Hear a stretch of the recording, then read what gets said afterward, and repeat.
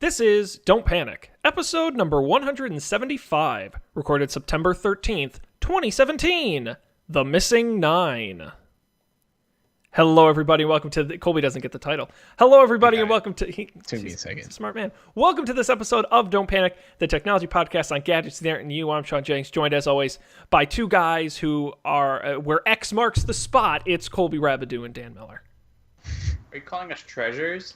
You're the internet's treasures. You can't be owned by one. You're the nation's treasures. We're like utilities. Yeah. Yes. Basically, you're like the electric company in that nobody likes you, but they have to use you. So. And somehow it just keeps getting more and more expensive, despite the fact it's the same electricity. Mm-hmm. Who knew? Indeed. What's going on, guys? Not much. Yeah, same. Oh my God. So I was walking home from work today. This is off topic, but weird. So I walk along the river, and for a lot of the river, there's like on the side I walk, there's like a railing sort of. And then like I walk, like you two have been here, there's like a bridge near my house. I walk across the bridge. And I noticed the other day, like during the day, like there's all kinds of like spider webs on the railings. Like I didn't think anything of it, but today I was walking like after the sun went down and all the spiders were out, and it was terrifying. It's like a mile of railing covered in spiders, and like they're not huge spiders, but they're like that big, and there's like hundreds of them. Like what terrifying like spider infested world? I don't know. It was crazy. So funny you should mention that. There's a giant spider right behind you. Funny you should mention that, Colby, but if you could turn around. It seems that your wall is crawling with spiders. They followed you home. Right. I mean, and I will clarify, I'm not like strictly opposed to spiders. I'm not generally freaked out by like a normal number of spiders, but when there are like hundreds of spiders right next to you, yeah, it's weird. So anyways, continue. So I was listening to an episode of Roderick on the Line, of course, and he told a story of how one day he was walking down a street in Brooklyn, and it was one of those picturesque streets with the brownstones, and you know how they have those big cast iron banisters. And he was walking, looking at all these things, and then he notices that one of the banisters seems to have like the top shorn off of it. He's like, oh, that's weird. Like something must have really hit it. And he walks up to it. He notices there's a lot of people standing around, but you know it's New York. You just got to keep walking. And as he approaches the banister, he realizes that flooding out from it, like a lava flow from a volcano, is just a stream of cockroaches. Just more cockroaches than he's ever seen in his entire life, emanating from this hollow post in the ground. And people are standing around looking at it like a fire hydrant had like blown a gasket or something. Like it was this big neighborhood event, and they just scurried off down the street. And then to add, today I was walking down a similarly picturesque street, and I saw a banister with the top shorn off, and I had to grab my chest for a second. I was like, oh, is this the same banister? Will there be lots of cockroaches? There weren't lots. It was fine. But maybe there's some sort of weird time rift happening here where I saw the open banister and Colby saw all the critters from it. I just kind of like the idea that Dan was disappointed to not see cockroaches. Well, imagine if I had. Like, how crazy would that have been? That'd be cool. I feel like seeing cockroaches is fine as long as it's not like in your apartment. Right, so this is what they talked about. They're talking about bugs that make noise. Which make noise? Oh yeah, dude. Like first, if you're laying in your bed and there's a cockroach walking on your floor, you'll hear that. If they're not on the carpet, you hear it. Fair enough. Yeah, and that's where I draw the line too. Like, if the bug is small enough that I can't hear it, its body, its mass landing on the ground, then I don't care. Right? That's what footsteps are. That was when I saw my first house centipede in the new apartment. It like was on the lip of the shower, and it like just like freaked out and like fell off, and I heard it hit the ground. And that's where I was like, ugh. This was also at like 3:30 in the morning. Yeah. Just trying to use the bathroom in my like half asleep state. God, yeah, dude. that's not what you want. No. Aren't you glad that you don't live in a city, Sean? We've got critters here too. Just they're usually bigger and outside. Yeah, there you go. But no, look. What I don't know is what I don't know. We have a mouse infestation at my place of business, and they keep finding dead mice all over the place. We have a similar mouse problem at work.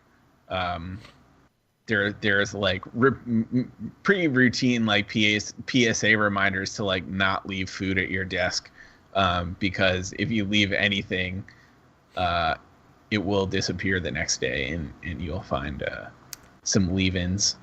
That's crazy. Yeah. Did I ever tell you this was at my old job? But I left don't ask me why. I left a York peppermint patty in my desk drawer. That's not the funny part of the story, though. Open? You can laugh. No, in its foil wrapper. I got back, and not only had they shredded the foil wrapper, but they ate all of the chocolate, but left the minty inner puck completely intact. It was, I don't know if maybe mice don't like mint or something, but I kid you not, they had perfectly eaten all of the chocolate and leaving just the perfect like green-esque inner mint puck. It was very impressive and very gross. Wow. Is mint like a mouse repellent or something? Like, could you like rub it on? I don't know. Yourself? Stuff you want to keep mice away before you go to from? bed, just rub a little mint all over yourself, keep the mice away. That's a good. You'll have to try it and report back, Colby. All right. Well, I'll let you know. Please. Next time I have a mouse problem, like a mouse infestation on my body. And not only will you get rid of the mice, but your apartment will smell great. So it's a win-win. Delight. Feels good.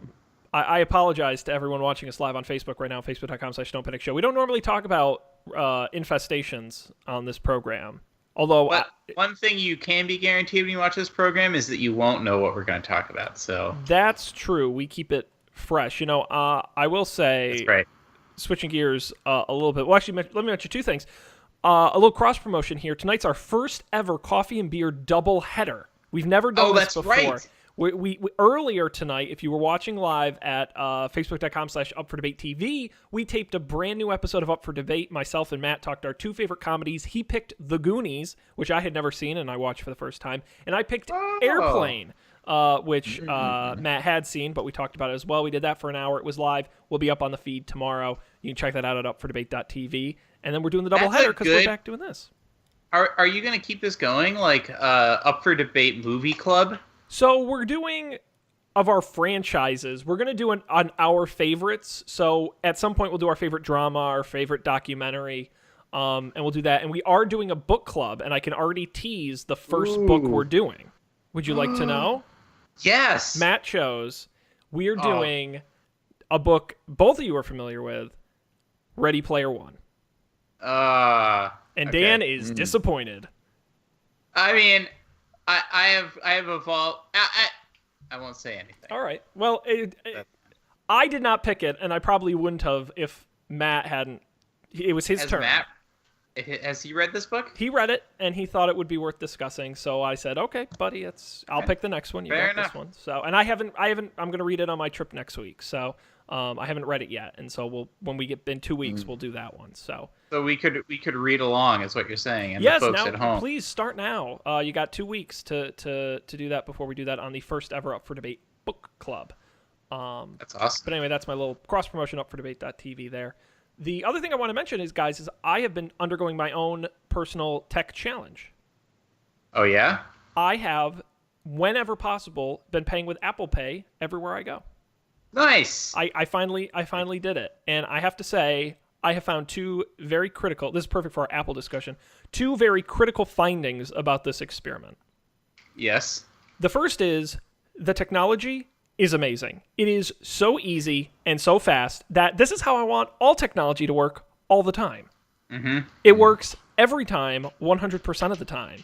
And it takes 2 seconds, and it's faster than even cash. It's kind of neat. Yeah, That's true. It's like a serious improvement since chip cards have become commonly accepted, because those are so slow. Oh, for sure. No, for sure. And there is some satisfaction out of the phone you always have in your hand anyway, and you just kind of wave it and it does it. And Touch ID is so fast that it just works it's never not worked, which is kind of, my chip card is less reliable than Apple Pay. Now, do you have the thing happen to you ever where you like freak out and like do the Touch ID button wrong and like unlock your phone and then you can't get to Apple Pay and like? No, because I use my watch. I almost never pay with my phone, but I'll let Sean answer. I had to learn to just for some reason, I don't know why they don't tell people this. The NFC reader just detects Apple Pay, and Apple Pay just pops. So just don't touch anything and just let it do its thing. And then you never have to actually push the home button to do any part of Apple Pay. That was going to be my big reveal. If you have that problem with it, you could do that. I learned that on a different podcast recently. There you go. Wait, what is this? If you don't unlock Apple Pay at all, you just hold your phone up to it? No, well, you have to unlock it, but you don't have to actually push the home button. You just have to have your finger over the scanner. You don't have to have your cards up? No, because the NFC automatically launches it.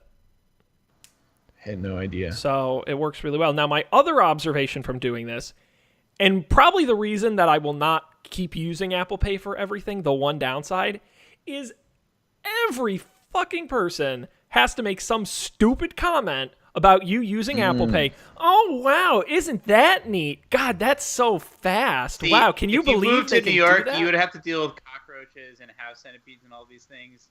But everyone has accepted that Apple Pay is a thing at this point. That happened to me in 2015, but now I can't remember the last time someone made a comment. Even when I pay with my watch, no one says anything anymore. That was one of my big anxieties about using Apple Pay at all, was it people would say something about it, but I don't think anyone has ever commented on my having used it. 80% of the time. I think I used it back in Connecticut, and the cashier made a comment about it. But yep, or it's the person in line behind you or the person in line in front of you, and they got to make some little snarky.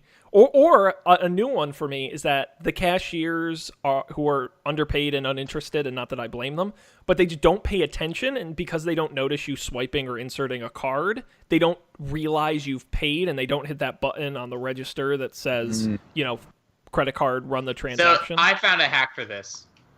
Have your wallet out. Yep. And just don't use it. But that doesn't kind of defeat the purpose? No. That is how it still goes faster. But the visual of you having your wallet out is you signaling your intent for the cashier that you're ready to pay. Because the other problem is at grocery stores, the terminal won't accept a payment until the cashier says go into accept payment mode. So I just take my wallet out and not use it. But that works really good with the watch, though. Because I already have the phone in my hand. Ooh. True. But with the watch, that's a really good idea. I like that. Yeah, that solves that problem neatly. But speaking of Apple. Yeah, boy, we moved the show. We're doing a special night tonight. Dan, the king of segues. We moved the show to Wednesday night, a special night for this show, because Apple had a big announcement on Tuesday. Their fall event where they announce a bunch of stuff, and we had some good announcements. Now, guys, I ask you this question every single time we do an Apple event, and you've always done the same answer. So let's see if you change this time. How would you like to cover this? We can talk about the things you really liked or didn't like. We can do them chronologically. We can do. I mean, I'm open to doing it another way, and I'm pretty sure we've always said do it chronologically. But how else would you do it? If your goal is to cover everything, if you do it in the things you like the most, then you're going to potentially waste time on talking about I'm not saying we should change. I've just asked every time, so we'll keep the tradition going. All right. You want to do it chronologically? Order. Sounds good. Don't mess with what works. That's right.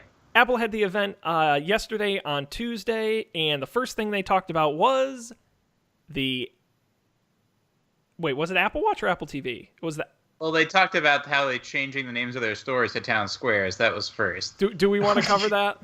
We usually blow right past the story notes. I feel like that one's it's not just like, oh, look how much money we're making. There's some substance there. There's the whole Steve Jobs theater bit. Yeah, let's be comprehensive here. All right, sure. Let's give the people what they want. So this was the first event to take place on their new Cupertino headquarters, a spaceship, in this case, the Steve Jobs Theater, which was the shiny mini and spaceship. beautiful. It's not the big spaceship that is the actual No, office. this is like the escape pod of that spaceship. I saw something today, Colby, you'll appreciate this, that said the Steve Jobs Theater looks like that part in the video game where you see the sad hologram about how society fell apart. That's pretty good. It was the first event at the Steve Jobs Theater. They had a very nice tribute to him at the beginning of the event. They also opened with, as Dan mentioned, a discussion of the Apple stores and how they want to put more of an emphasis on the stores being a meeting of the minds, the modern salon, as they did not call it. And they're going to be... say... No, that my words, not theirs. And they're rebranding them as more town squares, where they will hold classes and events and concerts and God knows what. They also mentioned they were renovating a bunch of the stores, including the big one in Chicago that they're going to be opening. The one in New York, which one was it? The Fifth Avenue Cube. one? Yeah, the Cube, Fifth Avenue. the famous Cube in New York City, and one in Paris and a couple others around the world. That they'll be changing to have more seating, more open space. And it's not a store; it's a town square. I mean, people are ragging on Apple for this, and that's fine. But really, it's not any more ridiculous than other things they've done. Geniuses. I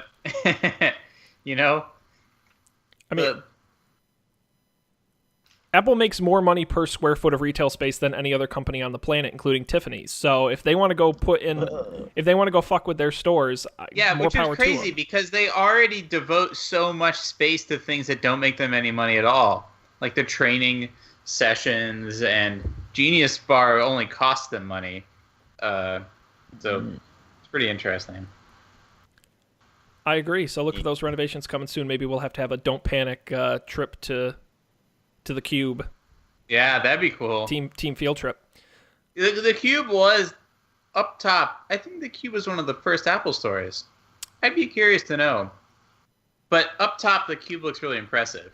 But I've gone in a couple times, and underneath it is like really depressing. First of all, just packed with people. Second of all, there's no light. There's no natural light at all. So you feel like you're in this sort of Westworld reprogramming area, and it was always kind of dirty underneath. Up top always looked great, so I'm glad they're gonna put those skylights in, as someone who lives in New York. Yeah, they're going to renovate, I think they said 200 stores, or at least starting with 200 stores into this town square concept. So hopefully we'll get the full list. I'm going to assume they're going to be mostly in, my closest Apple store is in a mall. So I doubt that'll change. But for some of the city ones, yeah, they're certainly doing interesting things. Cool. Moving into the product part of the event, let's start with Apple TV. Because Apple TV 4K is here. Get jazzed because Yay. the Apple TV now supports 4K. It has a really fast processor in it. I don't know if they actually... it's got the A10X Fusion processor, what's now in the iPad Pro, and 3 gigabytes of RAM. They say smooth playback of 4K content at up to 60 frames per second, and better for games as well. It will support both major formats of HDR, Dolby Vision, and HDR10, which is unique. Most streaming players only support one or the other, so that is a bit of an advantage. It will feature... No, go ahead. Do any of us have 4K TVs? I feel like we talked about this before. No, it's just Sean does. Okay. Yeah, so I'm a good test case because now I have the 4K TV. I also have the 4K Roku, which I watch 4K content on. But you do not have an HDR TV. I do have an HDR TV, and I do watch it. And the Roku also supports HDR, and I have watched HDR content. Can you explain something to me? I can try. What is the distinction between HDR and 4K? Is all 4K HDR, or is all HDR 4K, or is that not even like the way that you break it down? So it's not one-to-one analogous, but it's kind of like how HD and 3D. It's like it's like a bonus technology on top of HD. 3D was. It's kind of the same where you can have 4K. 4K is about the pixels and the resolution and the sharpness. What HDR is, it's was it high dynamic range, and it's really more of a lighting feature that's separate from the 4K. So do they sell like 1080p HDR TVs? No. So I don't know if I'm assuming they could, but they just don't. You really would only get it, but you can get just a 4K without HDR. And in fact, I would say probably half of 4K TVs don't have HDR. It's not super common. It will as time goes. And like I said, there are those two major standards. Most TVs are HDR10. That's a lot more common than Dolby Vision. And also 4K content, very little of it is well set up for HDR. Most of it is just 4K. Well, today I learned. So there you go. So so the Apple TV 4K will support both. They did announce that coming to the iTunes Store, 4K films from many of the major studios. Big advantage. The 4K films will cost the exact same as the HD films, and if you already own the movies, they will upgrade them to 4K HDR at no extra cost. Yeah, that's awesome. I'll explain why that's a big deal in a second. I also wanted to add, though, that Netflix and Amazon Prime will also support 4K content on the device later this year. Wait, Amazon Prime, is that on Apple TV yet, or is that a thing itself that's coming later? They announced back in June it was coming, and it's still not there. And then they announced it's coming with 4K, and it's still not there. So they said later this year. We'll see. Okay. Cool. But no, I will say the price thing is a big deal because right now to go buy an HD versus 4K movie on Roku, for example, it's a $5 to $10 difference. So there is a cost savings here. When it comes to and upgrading your existing stuff. That's Apple, I have to imagine, is eating some money on that deal because that's a big advantage. Indeed. Yeah, that's awesome. Are we going to talk about the gaming part of this? Because I thought that was interesting. Well, I mean, the interesting thing about the gaming is that other than having a faster processor and support for 4K, they really didn't announce any specific gaming features. No, well, but they did announce that a very famous game studio is making a game exclusively for the Apple TV, and I think that's a huge deal, and that'll be the first, as far as I can tell, the first game on the Apple TV that isn't on the iPhone or isn't on some other platform. So that'll be super interesting. I thought that was they probably had to pay a bit of money for that also. So the fact they're willing to do it, I wouldn't have thought that they would have done it. I definitely tuned out for that part of the keynote. Yeah, the demos are not the best. Those are always the part where you're like, I got to go use the bathroom. I'll be back. Yeah, this demo wasn't so bad from what I remember.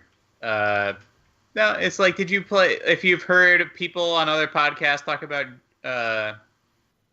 Journey, this is the sequel to that game, and it's only on Apple TV. Interesting. It is interesting. I'm curious how the graphics will look on this thing. Well, if it has iPad Pro graphics, it's got to be strong. Good. Yeah.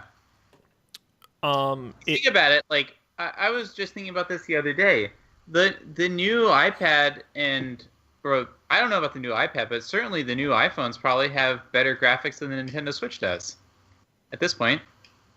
No.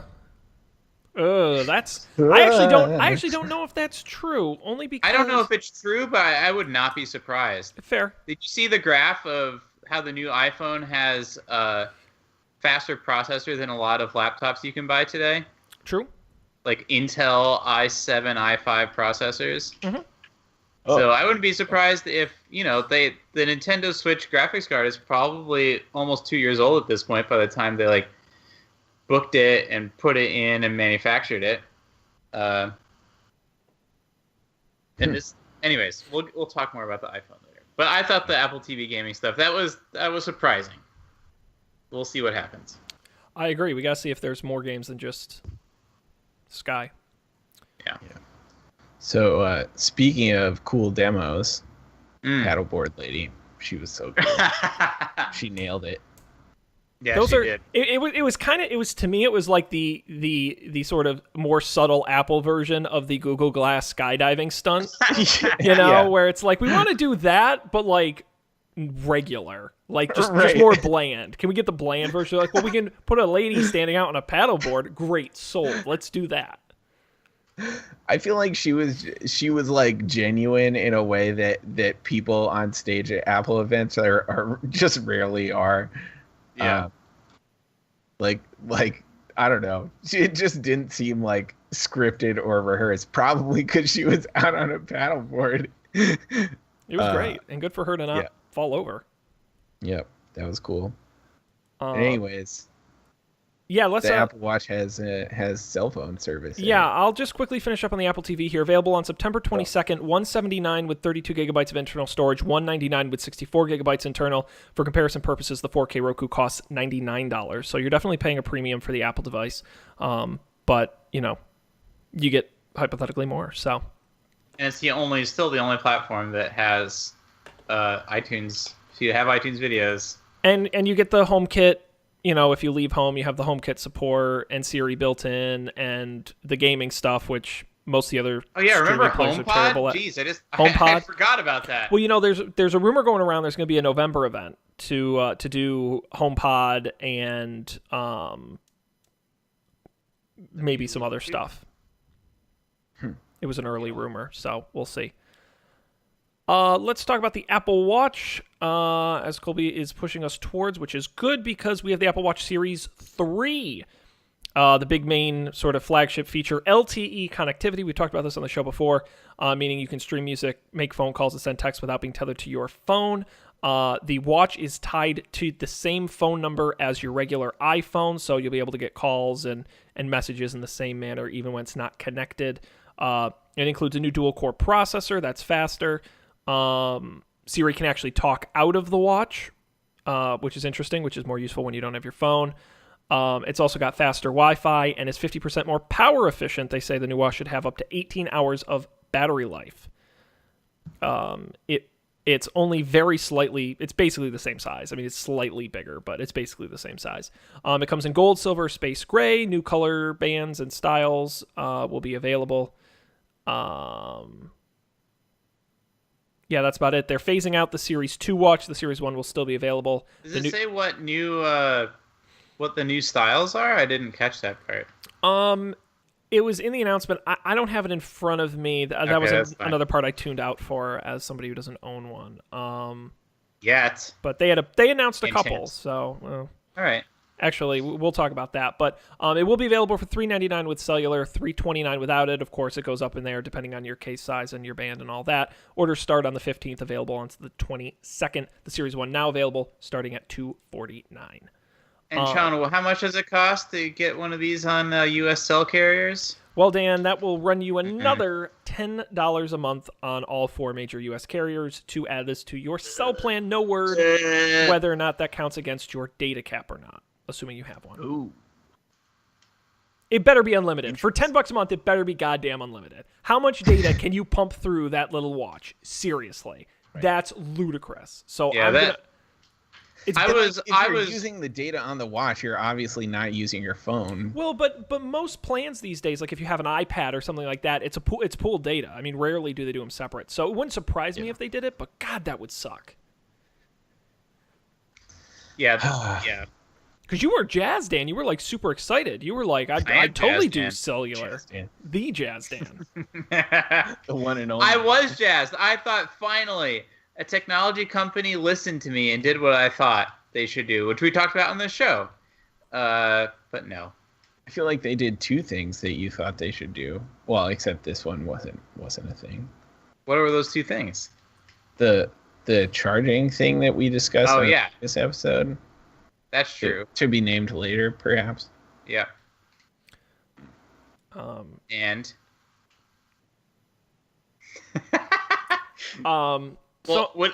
when we get to it, let me know so I can rejoice in being right.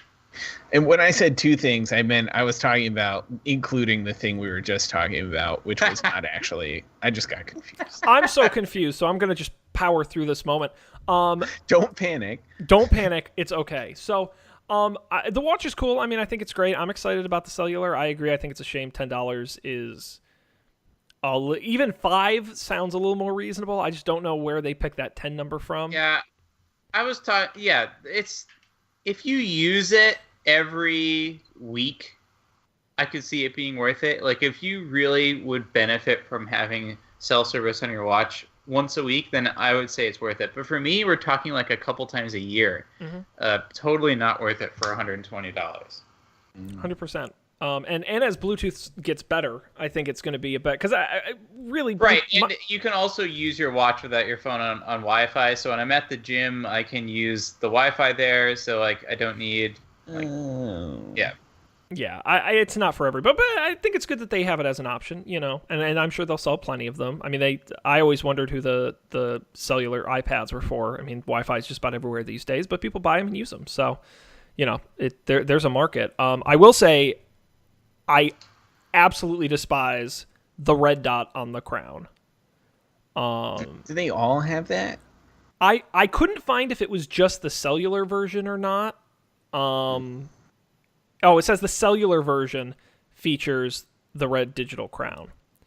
Oh, it does? Yes. Oh, only the cellular one. Yes, that big red dot on the side to let you know it's the cellular one. And I think it's ridiculous. That's weird. I think it looks good. It looks good on the space gray, I thought. But I didn't look closely at the other ones. Yeah, I'm just trying to see what else. They announced some heart rate monitoring stuff, like it'll start to warn you if your heart rate gets funky. That was nice. And other such. You know, Dan, you're having a heart attack. Please call somebody. This is not okay. Something's wrong. Any other thoughts on the Apple Watch? Well, are you all going to take the Apple Watch challenge now? 3 years later, or whatever it is? I don't know where my Pebble is. I seem to have misplaced it. Colby, maybe. Well, let's be clear. Colby misplaced it when the new Apple Watch came out. That's okay, Colby. It's all right. Hey, it happens to the best of us. I mean, I feel like it's got to turn up at some point. Oh, actually, I just found it. It was on his wrist the whole time. Darn. No, it was like shoved under my computer monitor stand thing. Anyways, nothing to see here. So, what are your honest thoughts, Colby? Apple Watch challenge? You were all talking about it when last I saw both of you. I mean, I'm gonna do it at some point. I think it depends if I end up like getting a fancy iPhone or not. You know, I wouldn't do both of those things at the same time. I see. All right, Sean. I was really excited about getting an Apple Watch, and then like Colby, I looked at my moving bills and said, maybe I should hold off. So I think I'll probably I'm getting a new iPhone, so it's not going to be now. Maybe next year. You know, my Pebble still works for now, barely.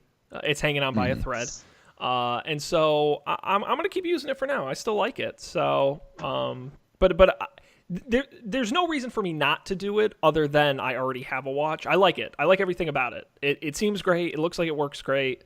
I'm on board. So it's really just a matter of time. I will buy one. All right. That is clear. There's no alternative. It's not like, should I get the Apple Watch or a Samsung Galaxy Gear? God, that's a really tough now. Would you consider getting? You can still buy the Apple Watch I have for what is it now? $149 or is it $249? Starts at $249. Oh, that's more expensive than I thought.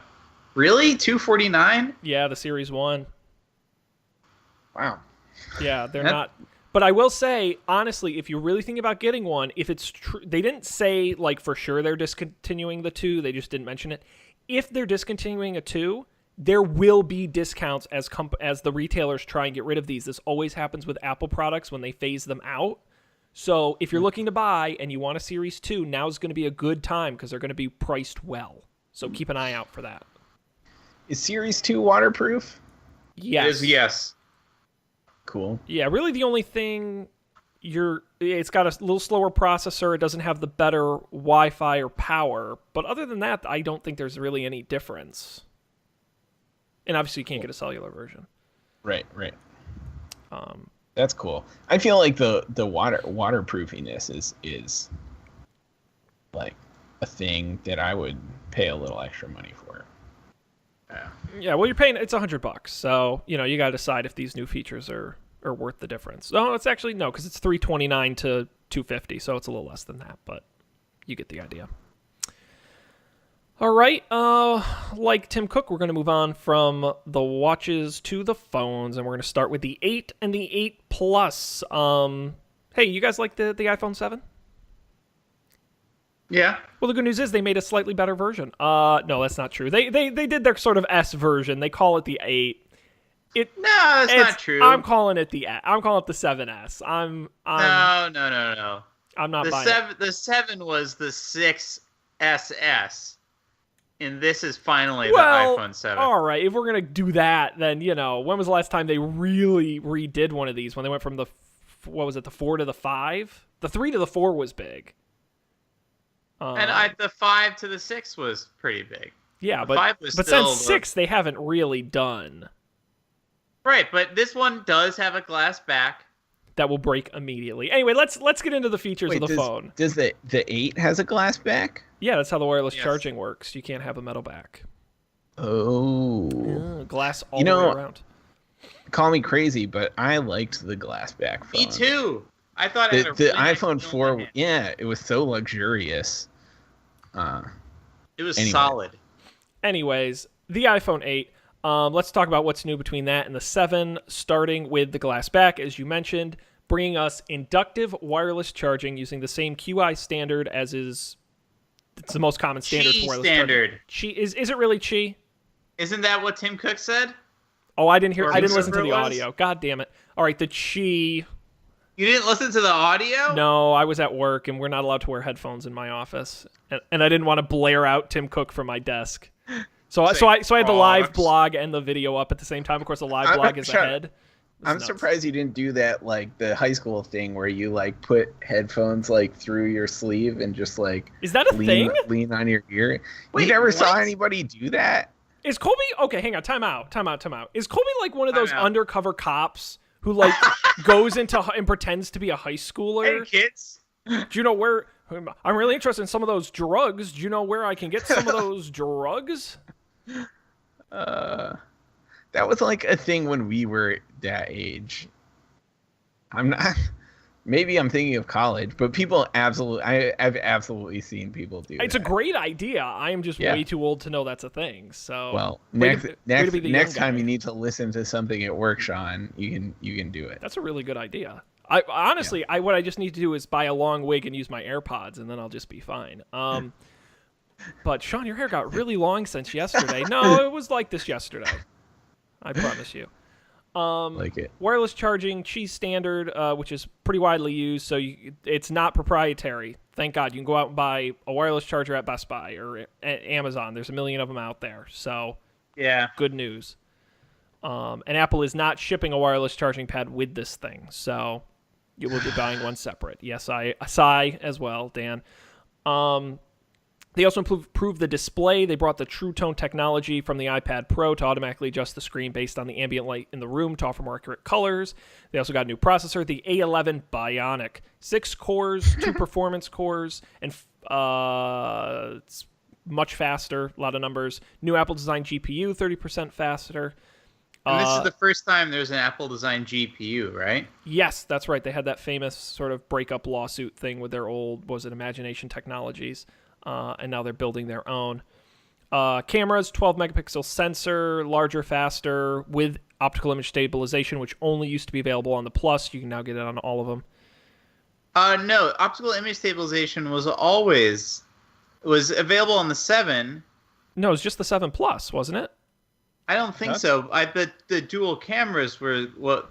So when the 6 came out, the 6 Plus had the OIS and the 6 didn't. The 7 got OIS, but now the 8 has 2 cameras on both models, right? So you can do the portrait mode stuff on both. Well, no, just the regular iPhone 8 only has one camera on the back, but it has optical image stabilization. Yes.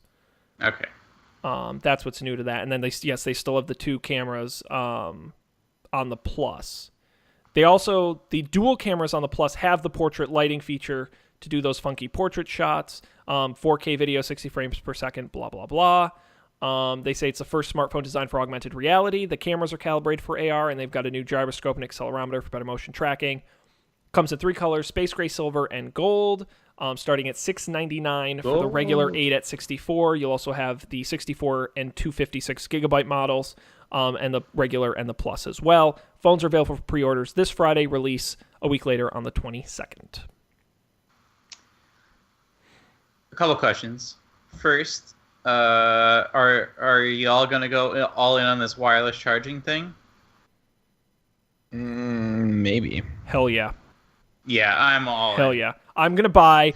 You get This is the stock other thing- right now in the oh, cheap yes. people, and you'll do gangbusters just on my... I'm going to buy like a bulk dozen of these and just stick them on everything. I'm so excited. My phone will never have less than 100% charge ever, because it's going to always be charging. I'm going to get one for my pocket. That's how excited I am about wireless charging.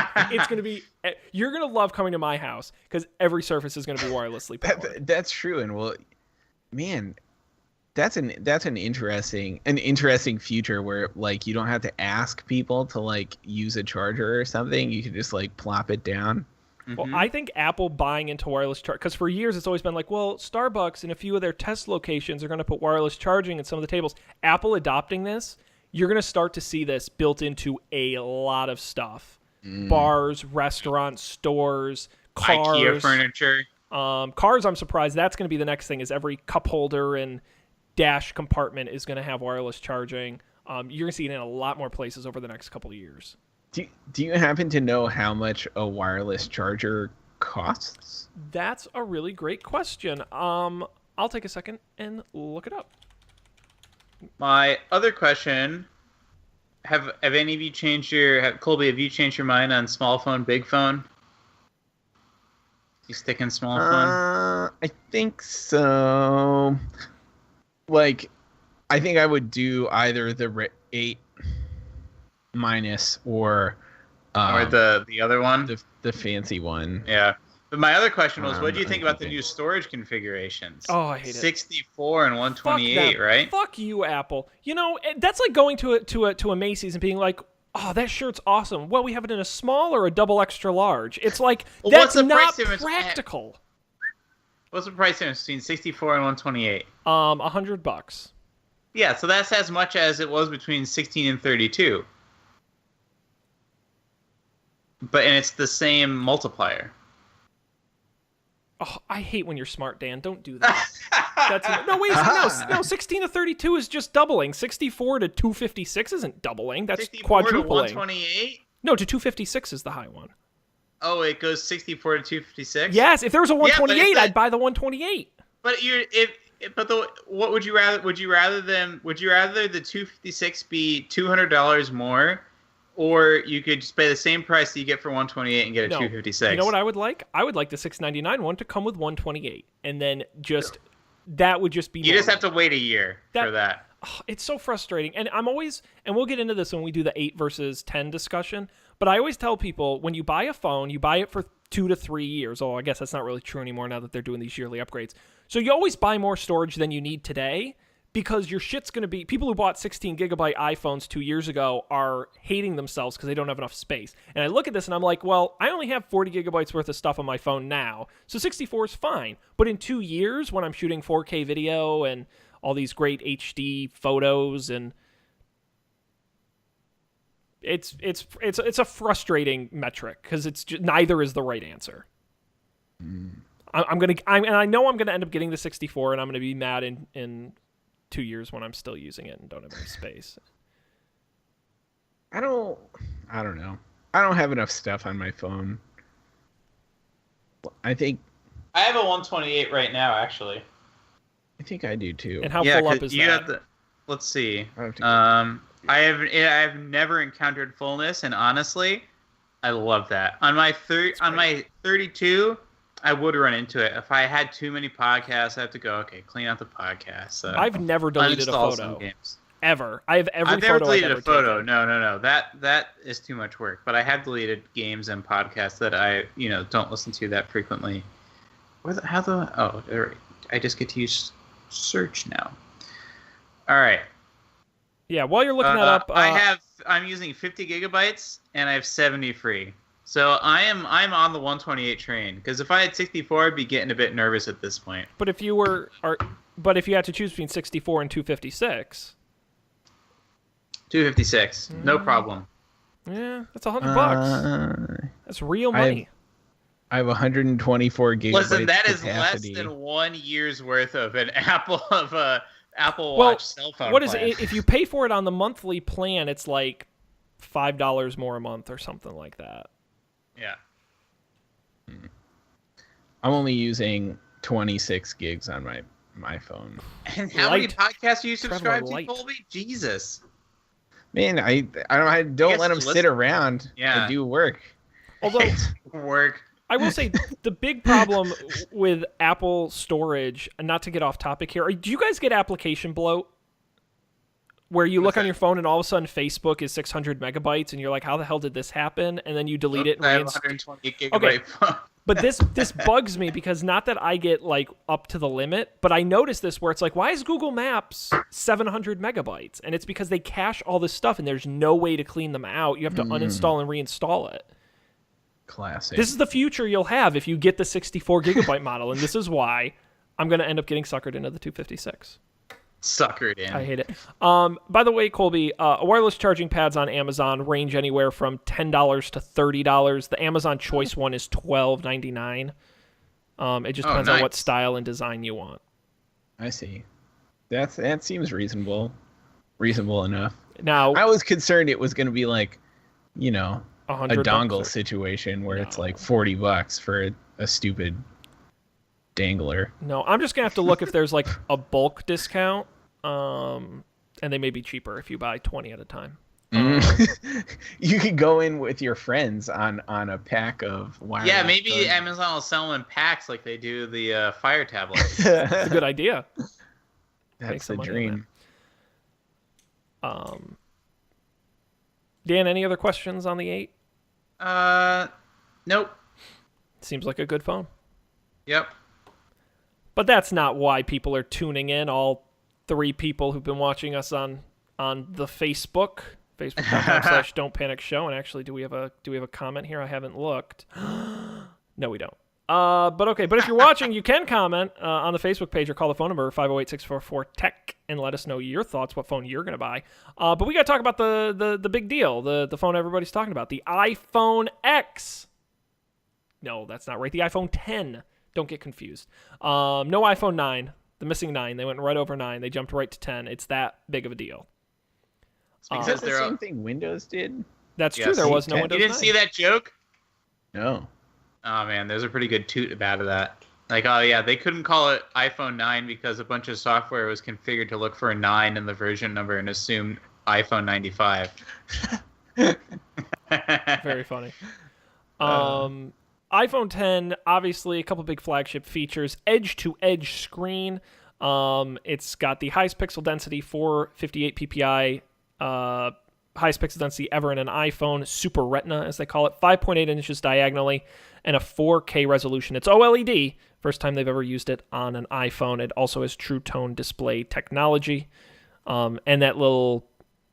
I've seen it described as the monobrow. I don't know what the official name for the little cutout at the top of the screen is where all the camera sensors are. The notch? The notch? I don't know if it has an official title. I'm sure there's some brilliant Apple title for it. The phone also doesn't have a home button because the whole thing's a big screen. What do you do without it? Well, you get rid of Touch ID. What do you do without Touch ID? You got Face ID.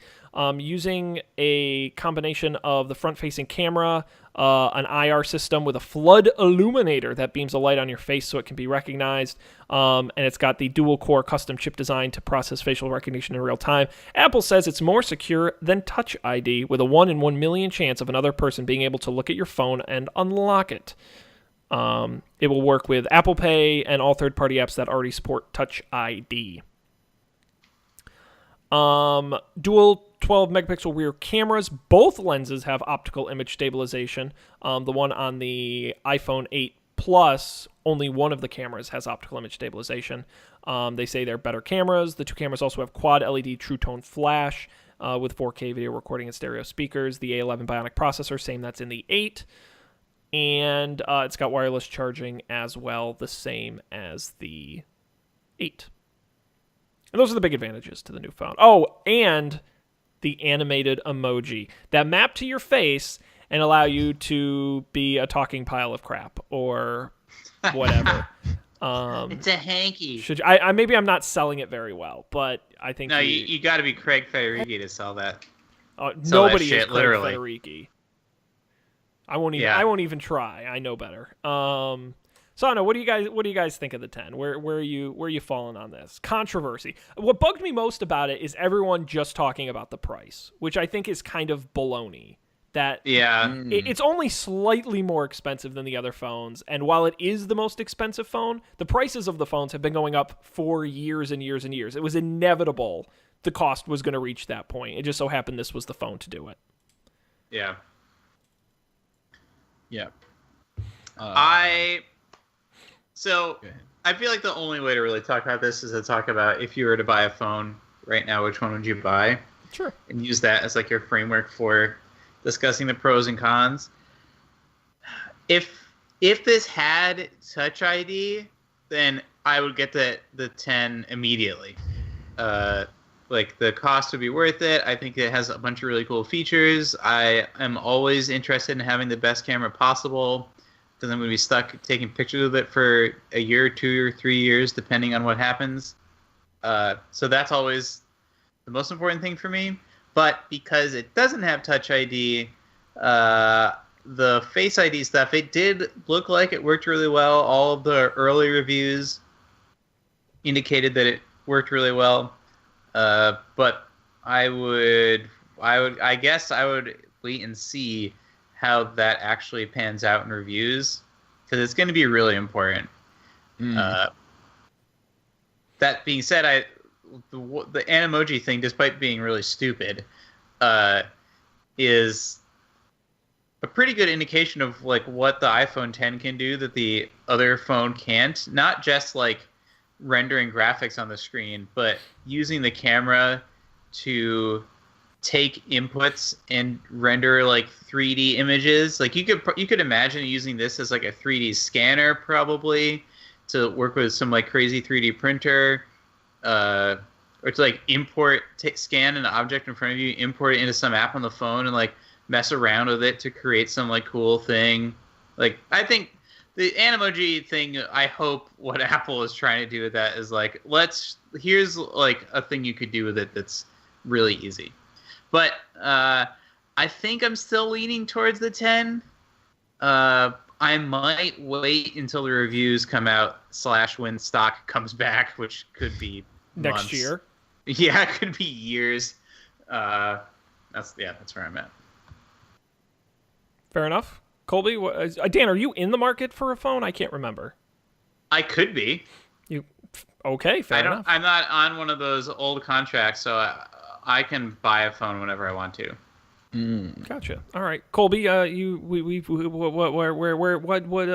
phone? What are you gonna do? Well, I expressed, like, if y'all remember last year when I got a phone, I did the upgrade program thing specifically so I could get a new phone this year because it was supposed to be more exciting. Mm-hmm. So I'm inclined to say yes. I haven't actually I haven't checked how much more my monthly payment would be. Oh, well, we can find out. For this one. So there's that. I feel sort of the same way about Faced. Faced. Yeah. I don't know. It feels weird. I don't understand, like, I don't know. One would assume that it'll work well. Or one would hope that it would work well. Yeah. But it's that's like, the thing, is that you can't really take the chance. Right. Especially, we were just talking about Apple Pay. If you're really integrating that as part of your, like, how you do stuff in your life, Face ID working well is going to be pretty important. Yeah, and it's like even Touch ID, it works pretty well most of the time, but it's still finicky once in a while. Like how often will this be finicky? And like, I don't know. Like you're gonna look like a real fool if you're like walking around like, like trying to unlock your phone, right? It's like a whole. It's a whole new. I just got over my Apple Pay anxiety. How why? This is another thing I called though. If you're willing to give me credit for this, remember we were talking about this Face ID rumor, and I said the only way it works is if the camera is always looking for your face, and it just knows when you lift it up that the thing that's in front of it is your face a priori. It knows it beforehand, which does seem to be how it works. The camera is always trying to keep track of where your face is, even if you're not like trying to unlock it. Mm-hmm. Is what my read on the presentation was.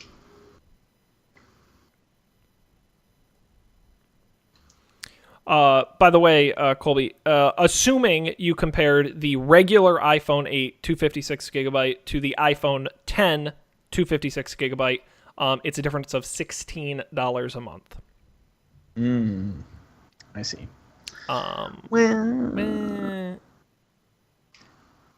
you really put a price on being the coolest guy on the block? The other thing though is that you also run the risk of a Google Glass situation. I feel like getting the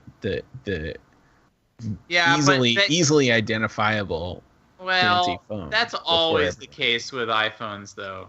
Like that's true. I feel like there's an Apple product every year this is true for. The watch, the jet black iPhone, AirPods, this thing.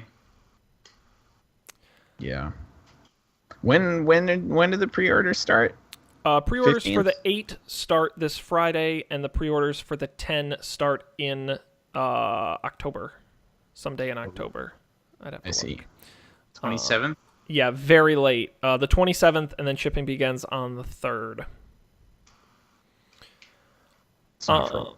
No. So you do have time to decide unless you want to. I'm assuming they're going to have good stock of the 8s, but it's hard to know for sure. They wouldn't have done it so soon, but It's always hard to tell. I'll jump in. I always tell people ask me, and I don't know why, but they ask me, Sean, what phone should I get? And my recommendation is always get the best phone.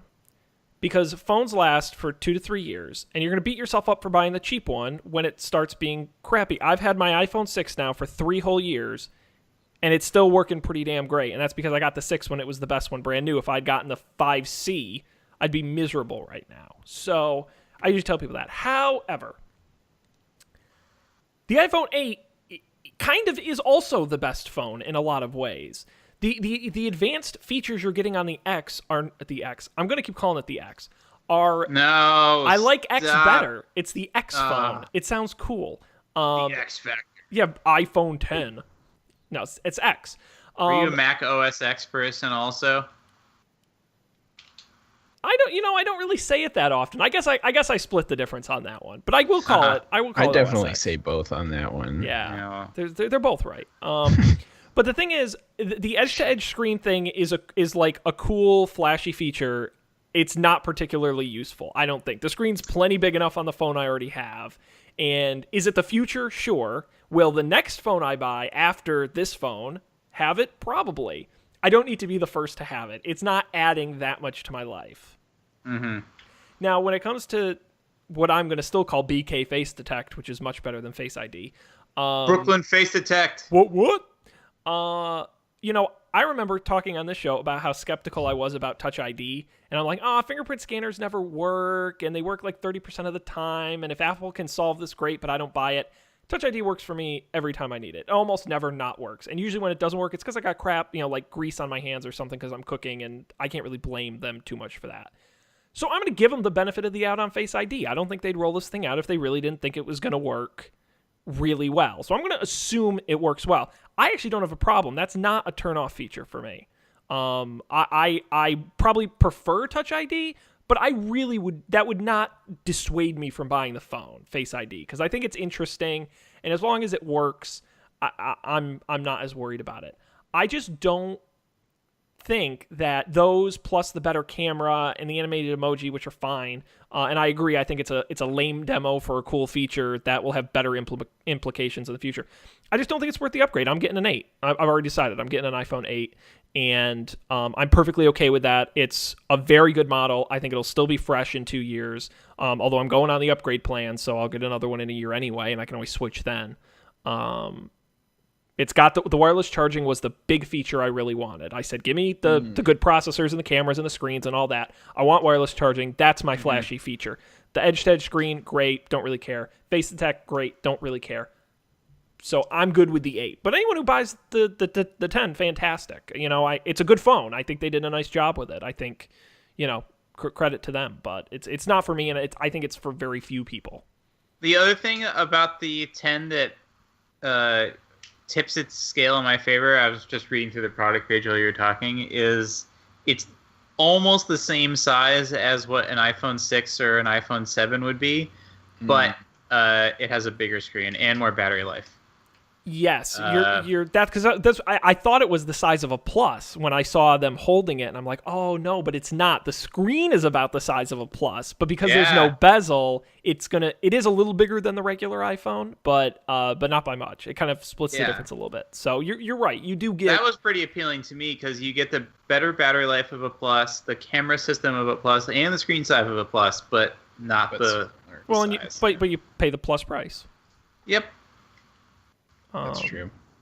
I wish I could go try it before. I feel like I can't do that reasonably. Although I bet they'll have these in stores in October. You think? I think. I mean, because people are going to want to go look at them. Yeah. I don't know how many hands-on demo units they'll have, but they'll certainly have some behind glass you can look at. See, that's what I want to try. I want to see what They'll it's like them. to use the swipey things. Well, they'll want to show off Face ID and stuff, so I bet they'll have some in stores. Yeah, definitely. I would think. Indeed. Well, I'm undecided, in case you haven't noticed. The other thing, too, by the way, is I don't want to move up to the... And besides, I feel like someone on this podcast has to take the iPhone 10 challenge. X marks the spot. That seems to fall to me every time so far. It's 3 years later, and still no one else is taking the Apple Watch challenge. Well, eventually, as I said, eventually we will. I will say I am going to get suckered into the buy the upgraded AirPods case with wireless charging challenge. So oh yeah, I'm going to do that, and it's going to be more than half the price of just buying new AirPods. But it's going to be so stupid. But will new AirPods come with a wireless charging case? They didn't really say. I think this will be part of that November announcement too. What do you mean new AirPods? If I don't know, just after the wireless charging case exists, is it default? Will that be everything? Yes. Will it be default? This is pure speculation. I bet it'll be you can get regular AirPods, or for $30 or $40 more, you can get the wireless charging AirPods. That's a guess. Who knows? I mean, they've just barely gotten the AirPods to the point where they can keep them in stock. I know. So maybe that was why, though, because they were already replacing it. Yeah, the wireless charging thing, although it would be nice to have 2 AirPods cases, because I could just keep one at work and not take the AirPods case with me, just take them out of the case at home, bring them to work, put them in the non-wireless charging case or whatever. Then when I'm leaving, take them out. That's probably a terrible idea. So I was about to say, Dan, not only are you going to have a wireless charging pad everywhere, you're also going to have AirPod. They just got to put the wireless charging in the AirPods, and then I would lose them. I fear that what will happen. I feel like the case is a brilliant solution. They can't ever get rid of the case. Although we said that about MagSafe, and true. Here we are. True. Excellent. Well, good. Well, I hope all the folks out there watching got a good rundown. I think we've sort of made our decisions, but we'll report back on the show as we go and spend our money and buy new phones, our respective. I will be up at 3 a.m. on Friday, I guess Saturday morning, buying, getting first in line for pre-order. Isn't it actually at 3 a.m. Thursday night, technically Friday morning. You know what? I'm gonna fuck this up. God damn it. Yeah. I think you're right because it's 12:01 on Friday, so it would be Pacific time. 3 a.m. Friday morning. Yep.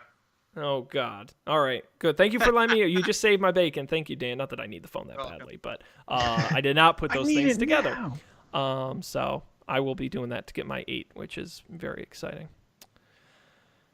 Probably in 256. But that's it because we're out of time. As usual, we filled the whole hour on Apple. Had a lot to discuss, a lot of good news, and stuff to go out and buy. So we'll end it there. Now, gentlemen, you do have to decide. I won't be here next week. I will be in beautiful Tucson, Arizona. Ooh. Rubbing elbows with the best roofing contractors this nation has to offer. Lucky me. I wonder what they'll think of the new iPhone. I'll have to ask. You ask them. So which one are you getting? You getting the 10 or are you going to stick with the 8, guys? I mean, let's see, what the hell are you talking about? Oh, wait. We have to talk about one more thing. What is the next iPhone called? Does the 10 just become like the Pro and it's always there? Could there ever be an iPhone 9? Is the next one an 11? But this is why I thought they should have just called the X, because you could have the X2 and the X3, and then the X becomes a brand. Why call it the 10? That's dumb. No, you got to go to 11. You got to keep going with the numbers. You call it the iPhone 10 too, just like Mac OS 10 dot the iPhone 10.9. Do you think they'll have an iPhone 9? Like, do you think they left themselves some space for right? Maybe. I don't know why they don't just go to the iPad where they stop doing the numbers. They really gotta. I mean, well, I don't love 10.5-inch iPad Pro parentheses 2016. And, it's still a little bit better than iPad Pro 3, I think. But that's a good question. That's a good question. Yeah, I don't know what they're gonna do. Maybe they can still do an 8S. So they may have bought themselves 4 years potentially, or 3 years. 3 years of headway on that. I can't wait for the XS, the 10S. But would you write it out? XS. XS. 10. The 10X. iPhone success. In excess. That's a good one. In the iPhone in excess. More iPhone XS. than you could possibly imagine. That sounds like a legit slogan they would use. More iPhone than you can imagine. New from Apple.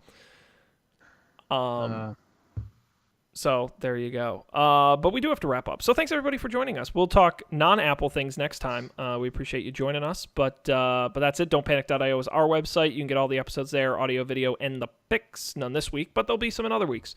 You can get them there. Of course, you can subscribe to us anywhere you get podcasts, including Apple Podcasts, video, youtube.com/don'tpanicshow, and you can reach out to us at Don't Panic Show on Twitter, facebook.com/don'tpanicshow, where we're live Monday nights at 10 p.m. Eastern, and don'tpanicshow@gmail.com. That is it on behalf of Dan and Colby. This is Sean.